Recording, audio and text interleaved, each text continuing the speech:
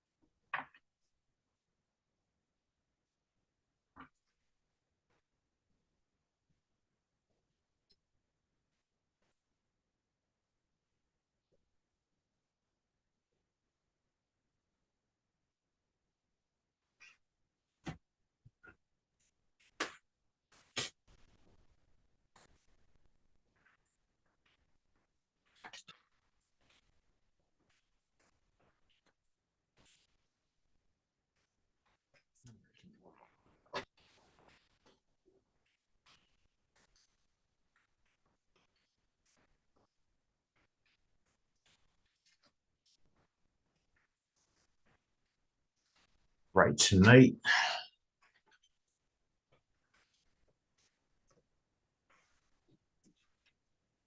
I'll be continuing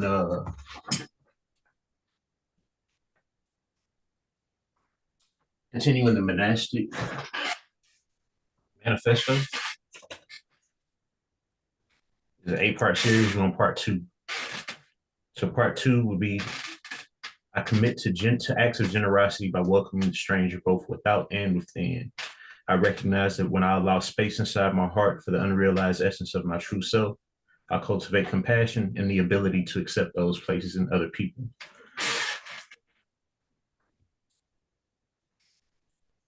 I'm gonna break it down. One moment, y'all.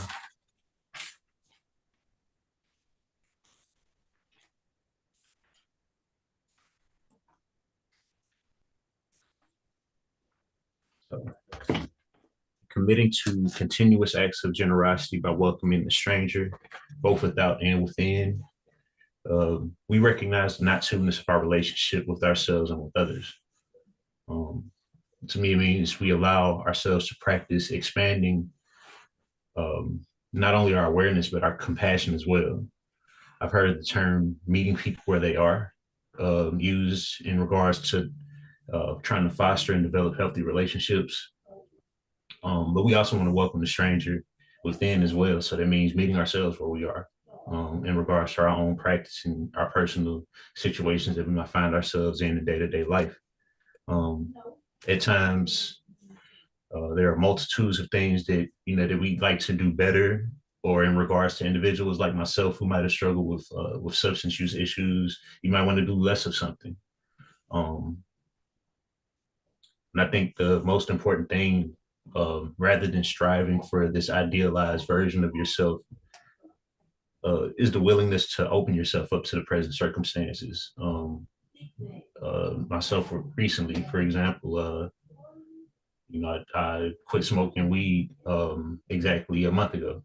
Uh, and it got to a point where I just had to ask myself, in what way is this genuinely beneficial for me, other than distracting from this moment? Because I written a song, essentially talking about escapism and how I was using substances to escape from my situation. I said, hold up, and it doesn't sound like it's like it's in line with the teachings of Zen. If our practice is to be here now, if our practice is to accept the moment for what it is, and for me, not speaking for anybody else, but for me, using cannabis was uh, it was a distraction from this present moment. Um, and like I say, opening oneself up to the present moment, allowing things to happen as they are, moment after moment, rather than clinging to some idealized version of how we want things to be. Is our practice. What is this? Uh, and I want to be clear, I'm not advocating for people who are using substances or have substance use issues to stay in those situations. By all means, do what you need to do to get the help that you need. Just I guess kind of to borrow from Zen Master Sung San, good situation, bad situation, bad situation, good situation. So even in the midst of these bad situations, there are opportunities for awakening. There are opportunities to gain insight. Um, and I guess I say that, in whatever struggle you might find yourself in, to recognize that there is some wisdom to be gleaned from whatever you might be going through, even though it might not seem like it at the time. Um,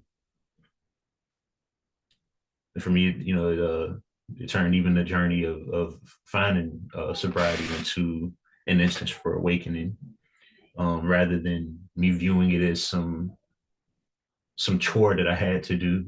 I looked at it as or even looking at it as a tribulation. Um, taking a bad situation and making it a focus of your meditation. I watched recently a video of Pema Chodron, uh, and she was speaking about like resentments, speaking about anger, and she's like, "Look, just be there, and allow that to be your teacher for that moment. It doesn't mean that we cling to the bad situations that we go through, but anything and everything can and should be your teacher. Um, but to continue on to the second part about recognizing that when I allow space inside my heart for the unrealized essence of my true self, I cultivate compassion and the ability to accept those places in others. So I ask y'all, do those unfriendly to us and those we may even consider adversaries or enemies have Buddha nature? Considering Zhaozhou's dog, the answer is pretty clear. But I also appreciate this excerpt from the Tao Te Ching. It says, the great Tao flows everywhere, both to the left and to the right. It loves and nourishes all things, but does not hoard it over them. So sharing this one cosmic home that we all spring forth from, and are all made of the same star stuff that Carl Sagan and Neil deGrasse Tyson spoke of. Um, Again, we recognize that there there is no separation between any of us. Be it we're separated by distance, but on a in the bigger picture, we are all a part of that big I. Um,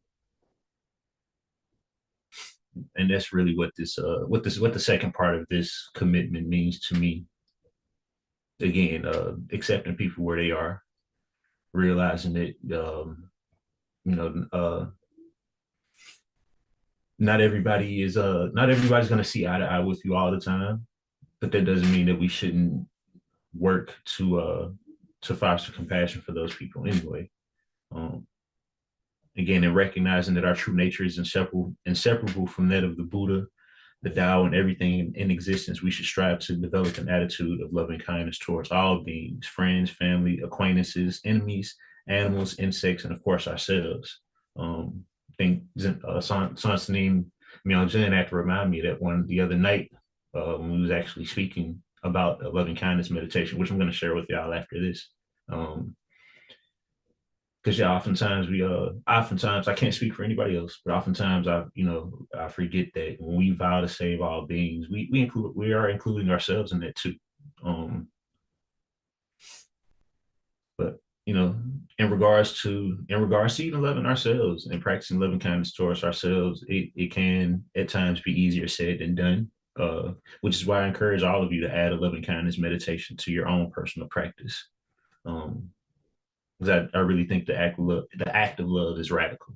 So I'm going to share this loving kindness meditation with y'all that I found in Sunsanim Wanji Dharma's book.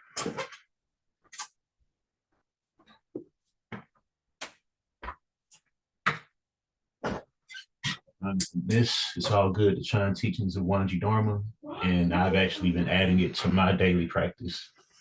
Um,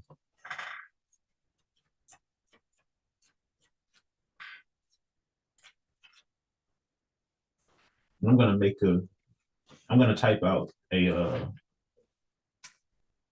copy of the loving kindness meditation and forward it in an email. That way, everybody can have it and possibly add it to their own practice as well. But for now, I'll just read it for y'all.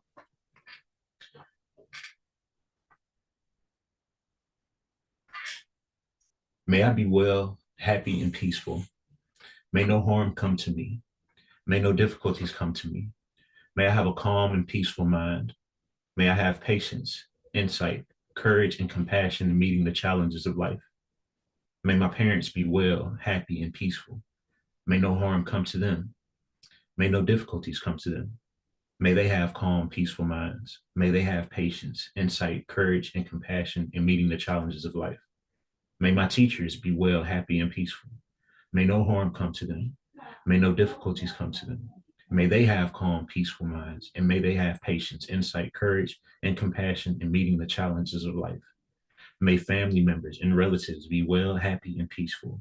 May no harm come to them. May no difficulties come to them. May they have calm, peaceful minds. May they have patience, insight, courage, and compassion in meeting the challenges of life. May friends and acquaintances be happy, well, happy, and peaceful. May no harm come to them. May no difficulties come to them. May they have calm, peaceful minds. May they have patience, insight, courage, and compassion in meeting the challenges of life. May unfriendly people and my enemies be well, happy, and peaceful. May no harm come to them. May no difficulties come to them. May they have calm, peaceful minds. May they have patience, insight, courage, and compassion in meeting the challenges of life. May unknown persons be well, happy, and peaceful. May no harm come to them. May no difficulties come to them. May they have calm, peaceful minds. May they have patience, insight, courage, and compassion in meeting the challenges of life. May all beings with form and without form, visible, invisible, born or coming into birth, large and small, from the highest realm of existence to the lowest, be well, happy, and peaceful. May no harm come to them. May no difficulties come to them. May they have calm, peaceful minds. May they have patience, insight, courage, and compassion in meeting the challenges of life. And with that, I'll leave y'all with one question. What is this?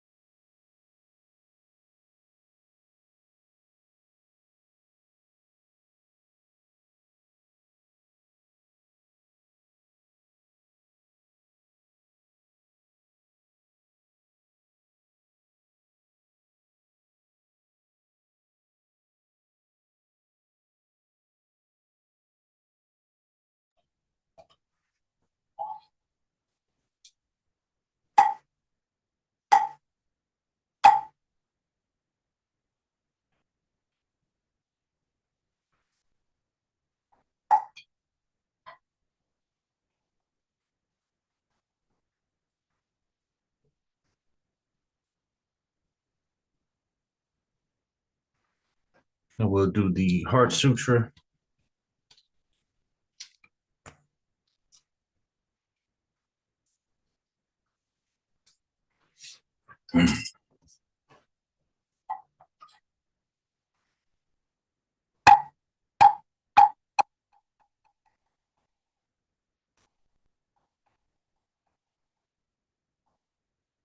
Aha Prajna Paramita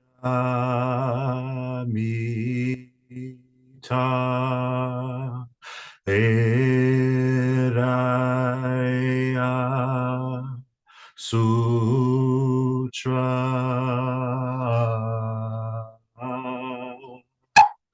Avalokiteshvara Bodhisattva when practicing deeply the Prajna Paramita perceives that all five skandhas are empty and is safe from all suffering and distress. Shariputra does not differ from emptiness.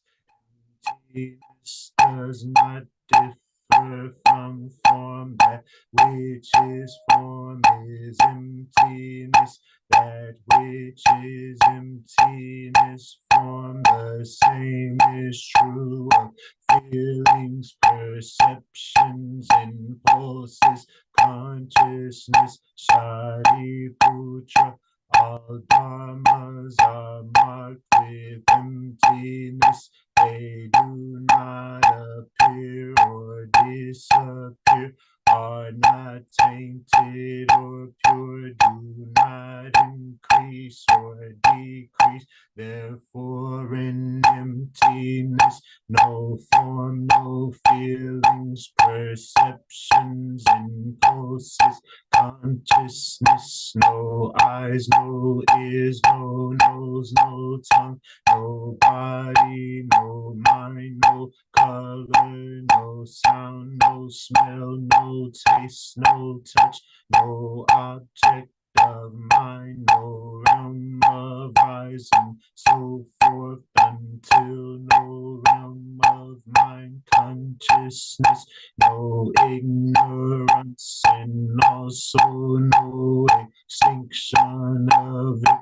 and so forth, until no old age and death, and also no extinction of them, no suffering, no origination, no stopping, no path, no cognition, also no attainment, with nothing to attain. The Bodhisattva depends on Prajna Paramita. This mind is no hindrance. Without any hindrance, no fears exist. Far apart from every perverted view, one dwells in nirvana. In the three worlds, all Buddhas depend on Paramita. Nuttara Samyak Sambodhi.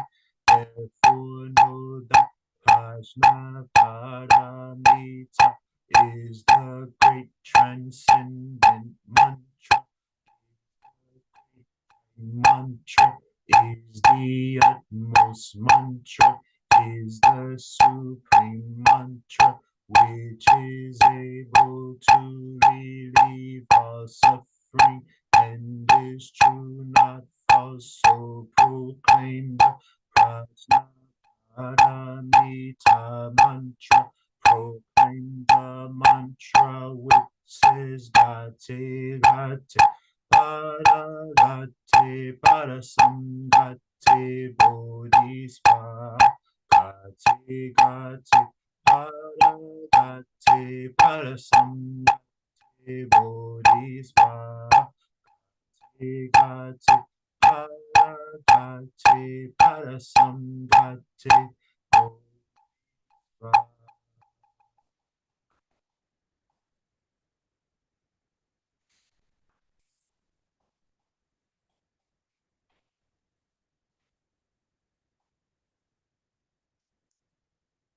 We'll do a dedication of merit.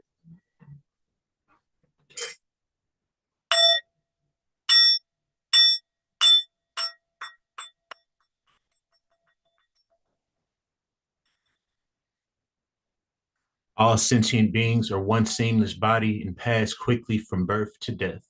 We remember those who cared for us and are gone, those who are ill, those who are at war, who are hungry and who are in pain. May they heal and have peace. We especially dedicate our service to Tom, Kate, Simon, all the victims of the wildfire, and all 8 billion of our brothers and sisters and counting in the realm of samsara. Anybody else like to dedicate merit?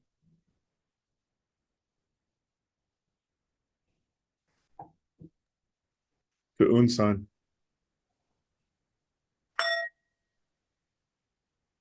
Anybody else? One for Palestine, one for all in prison, and a special one to my brother White Bear. Thank you. Anybody else? All 10 beings in the 10, all beings in the 10 directions, subject to greed, hatred, and delusions of themselves and others.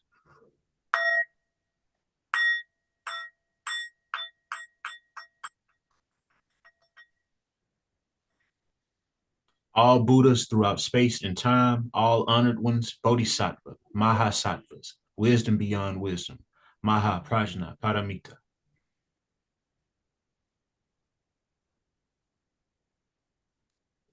The faith and practice vow.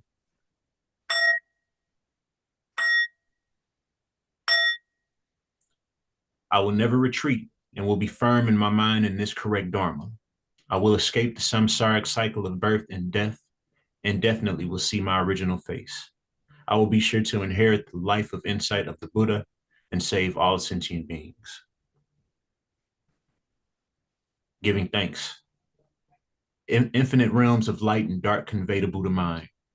Birds and trees and stars and we ourselves come forth in perfect harmony. We practice and recite this for all beings and grateful thanks to our many guides along the way.